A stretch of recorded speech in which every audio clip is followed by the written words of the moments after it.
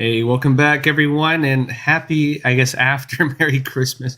Hope you all had a good holiday. Hope you all enjoyed Christmas with your families. Folks, there's some very interesting news going around, and I want to really dig into this and give my take. You may have seen the reports, folks. Over 250 million Chinese people allegedly have gotten COVID in the last 20 days. Um, Reports are saying people are dying on the streets, morgues are full, the cremation centers are full. They're running out of medicine. It's extremely bizarre. I'm sure you've all seen maybe some mention of this going around. At least if you read Epic Times, you've probably seen the headlines on it. And I know a lot of people have questions on this. They're like, well, are they trying to like bamboozle us again? Are they trying to like make a big scene so they could spread like their dang lockdown policies again? I don't think that's the case. I think this is 100% legitimate. And I also think this could, if maybe framed properly, this could mean the end of the entire China model. This could mean the end of lockdown policies. Because China right now basically rolled out what every country would dream of doing. What Dr. Fauci probably lays down in his bed at night and dreams of, where like he's counting beagles or something like that. This is what he would dream about. Every single policy these people wanted with COVID, the CCP had, and it failed. Not only did it fail, it's probably going to cause one of the biggest die-offs in the world. Not only that, but you have a lot of CCP leaders dying, top-level Chinese Communist Party leaders. I'll give my take on that. I'll tell you that very likely relates to the organ harvesting because they're all on anti-rejection drugs. Anti-rejection drugs suppress your immune system. They're all immunocompromised. You're seeing the China model fail. And frankly, as well, what happened was they locked everything down. Experts were warning, you lock everything down. People don't have natural immunity. The virus spreads. It mutates. They're all going to die. They kept people locked down. What happened? I'm calling it the Montezuma effect. The same thing that happened when the Spanish conquistadors landed in Latin America, and they all had, natural immunity to smallpox, and the Native Americans didn't. What happened? Well, the rest is history, of course. Smallpox spread like a plague, and they died. You had entire, villages, entire cities dying, folks, because of that. And again, it was because the natives had no natural immunity. Anybody who studied history knows this. Anybody who's studied medical history would know this. The fact that they made these policies a thing, knowing that history, is absolutely ridiculous. And this is the greatest man-made mass death probably ever perpetrated on humankind. But, frankly, it's affecting the CCP, and this may, depending on how this unfolds, not only could this be the end of the China model, this could be the end of the CCP. I'm going to give my take on this, so stick with me. I want to dig into a few different layers on this. I'll probably go into some things that I honestly haven't seen other media reporting on, so I think it's probably pretty unique analysis, so stick with me, folks. That being said, those of you on YouTube, Rumble, Twitter, Facebook, we will jump exclusively to Epic TV after about 25 minutes or so join us there. Again, I do an hour-and-a-half show, so yeah, come join us. Folks, if you can, please help spread this video. Again, it's mostly grassroots because we're censored quite a bit. But thank you all for being here. Let's jump into it, folks. First story. We jump into it. Epic Times. It says, it's about how CCP leaders are dying in droves from this, or they're beginning to die, and they're probably going to die in droves based on my take, but let me go into it. It says this, Epic Times has it. Deaths among CCP elite rise as COVID-19 wave hits China. It says this. It started with a high fever, a telltale sign of COVID-19 that soon led to a positive test result. Yang Lianghua, formerly a senior reporter for the Chinese Communist regime's official mouthpiece, People's Daily, and the chief editor of the newspaper's international edition, then had to wait in the emergency room for a bed in Beijing's top hospital, which was already beyond packed. It says, With intervention from the state media's senior executives and the hospital director, Yang was eventually admitted to the intensive care unit, where he died hours later. The cause of death was a bacterial lung infection. Yang was one of the long list of prominent figures tied to the Chinese Communist Party who died amid a surge in Omicron sweeping China. After the regime abruptly loosened its years-long draconian COVID-19 restrictions that had shuttered businesses, crippled China's economy, and made it a challenge for the Chinese population to sustain their basic lives.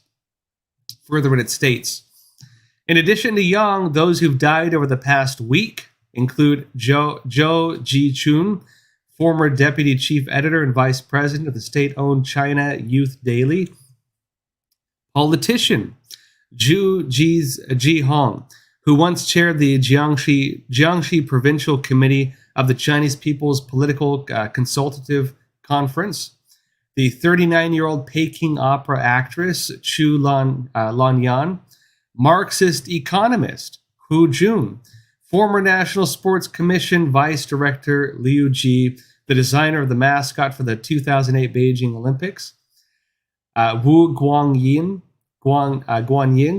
as well as dozens of illustrious professors at two of China's most prestigious academic institutions, Punka University and Tsinghua University.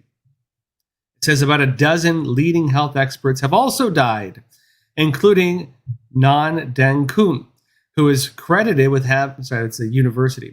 who is credited with having pioneered China's medical rehabilitation industry, and top pharmaceutical scientist Wei Shuli. Now, I know those names probably don't mean a lot to most of us, but what this means, imagine if in the United States, like, you had like some of the main architects of medical policy just suddenly like kill over and die, right? Imagine if maybe not Fauci level, but you had like maybe a few key people around him just die, and you had like one of the top actors in the country die, maybe someone who was real formative in the U.S., like a main figurehead. Imagine if you had some of the top folks at a few of the major media, like some of the main leading figures, just die. And imagine all that happened within like 20 days. Now, that would be a big deal, right? And imagine as well you had a few politicians die as well. That would be a big deal. In China, a lot of this is consolidated within the past 20 days. A lot of this is happening all at once. And a lot of it's happening very, very quickly. Now, the reality with that is, frankly, it's going a lot faster than I think people anticipated. And two, it's going to get a lot worse because it's spreading right now. This is really very likely in some ways. Spreading from the end of the lockdowns abruptly following the protests. And keep in mind, the protests themselves might have partly triggered it. But this was really just delaying the inevitable. The CCP knew they could not maintain lockdowns forever. And frankly, I think there's a reason why they were having the lockdowns. This is something that was explained to me by some pretty, top level, some pretty good experts on the CCP, right? I had a private conversation with one individual.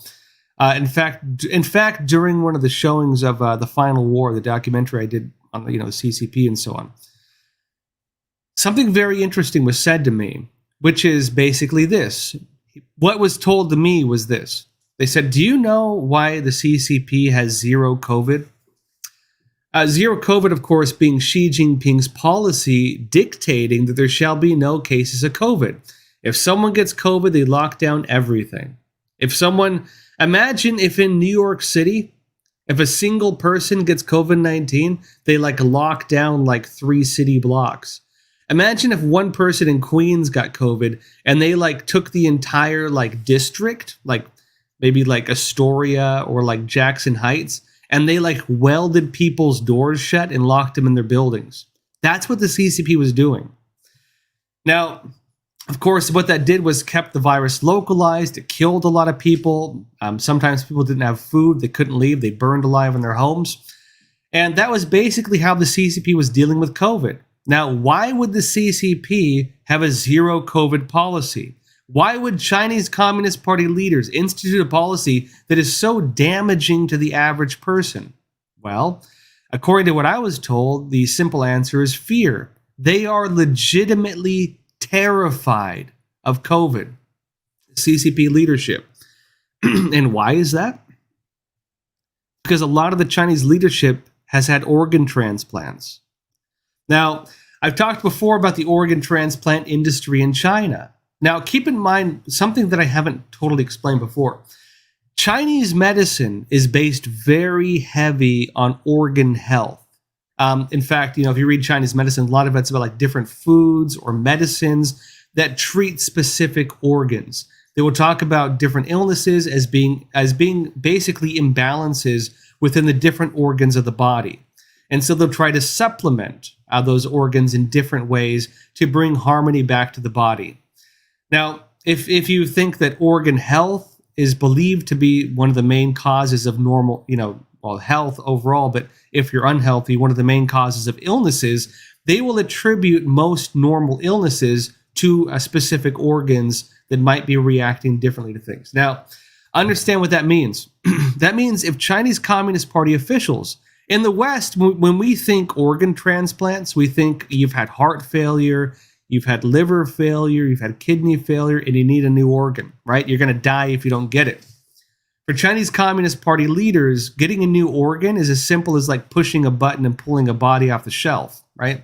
I mean, a living person, but a body nonetheless. They have the person killed, they take the organ, hey, good as new. They have their, as far as they're concerned, basically resolved what could have been a long-term health problem. They don't care about killing people. They don't care about the long-term, they don't care about the consequences of that. The human suffering element means nothing to them, right? Now, what does that mean?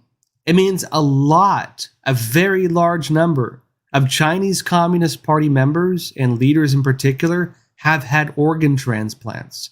Now, why do organ transplants matter in the context of what we're talking about with like COVID-19?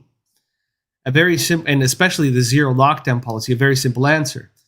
If you get an organ transplant, your body will reject the organ unless you take a specific medication called an anti-rejection drug. What do anti-rejection drugs do? They suppress your immune system. Because it is your immune system that will reject the organ. They need to suppress the immune system, shut down the immune system basically, right? And you're basically dependent then on the medical industry. For Chinese Communist Party leaders, that's not a big deal. They think health problems are related to organ health. If they contract a new illness, they'll just get a new dang organ. Chinese medicine would suggest the cause based on organs of most modern diseases. You contract something, you're going to die from it, get a new organ, good as new. They don't care about being immunocompromised, but they are terrified of things like this. Because again, they have no immune system. COVID for them is like the Black Plague. It's like the Grim Reaper knocking door to door, right? They are legitimately terrified of COVID. That is the reason why they have zero COVID. And that's also the reason why, frankly, they're dying right now. I based on my analysis, why CCP leadership is dying right now, and many more will very likely die, is because, folks, they're immunocompromised. They got no immune systems. And they can't keep the genie in the bottle anymore. The CCP model is failing before our eyes. And maybe the CCP as well. Folks, before I go further on this, folks, today's episode is brought to you by Secure. We do have a sponsor. Over 155 million Americans are affected by data leaks in 2020. The average American had their personal data stolen about 4 times over the year. People get anxious because they can't protect their online data and activity. But now there's a new email and messenger app called Secure. That's SEKUR. That can give privacy and security for sending emails and messages. Secure's server and data center are hosted in Switzerland, which has the strictest data privacy laws in the world. Secure does not rely on big tech companies like Amazon, Google, or Microsoft, which also means it's not subject to the Intrusive Cloud Act. Folks, Secure does not ask for your phone number, mine your data, or upload your contacts. Now, those of you interested, it's $5 for the messenger, $7 for the email, or $10 for the email and messenger package. You can visit secure.com today for a free 7-day trial, or you can use the promo code Joshua to get 25% off. And folks, big thanks out to Secure for sponsoring today's episode. By the way, those of you wondering why I have all this alcohol behind me, I'm at my dad's house. So when I work from home or in the studio, you might get my bookshelf. When I work from my dad's house, because I was visiting for the holidays, you get his fancy alcohol collection. So just in case you're wondering. Folks, I'm going to go deeper into this. I know a lot of you are going to have maybe a lot of questions about this.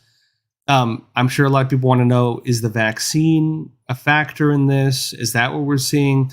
Is the CCP basically putting on a big show to try to spread, COVID policy? I don't think it's the case, and I will explain why, but I can't talk about the vaccine stuff till after we jump to Epic TV, because YouTube gave me a retroactive strike.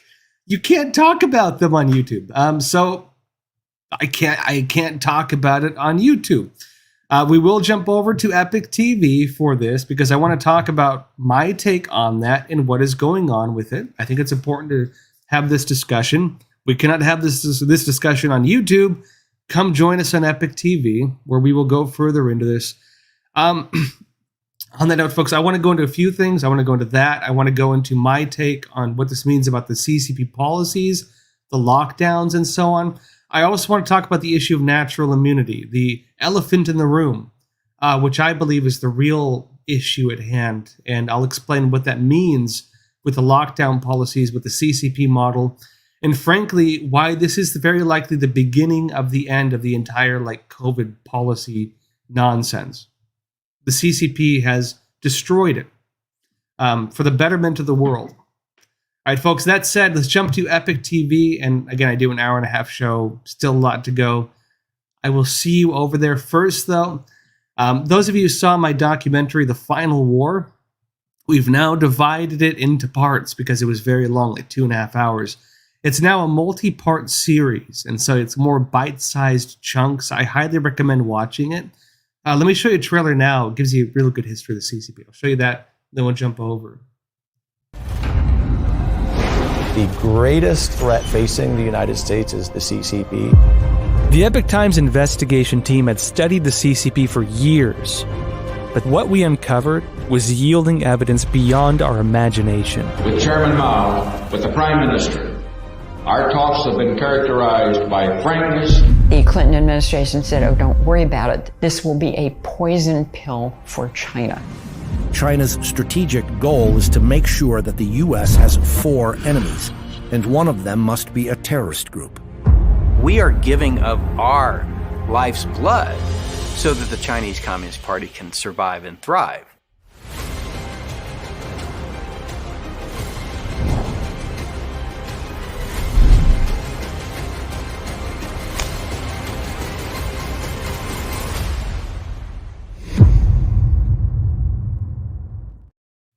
All right, folks, again, that's the Final War documentary. You can watch it on Epic TV. All right, that said, let's jump over exclusively to Epic TV. Folks, please join us there. Again, I do an hour-and-a-half show and still a lot to talk about.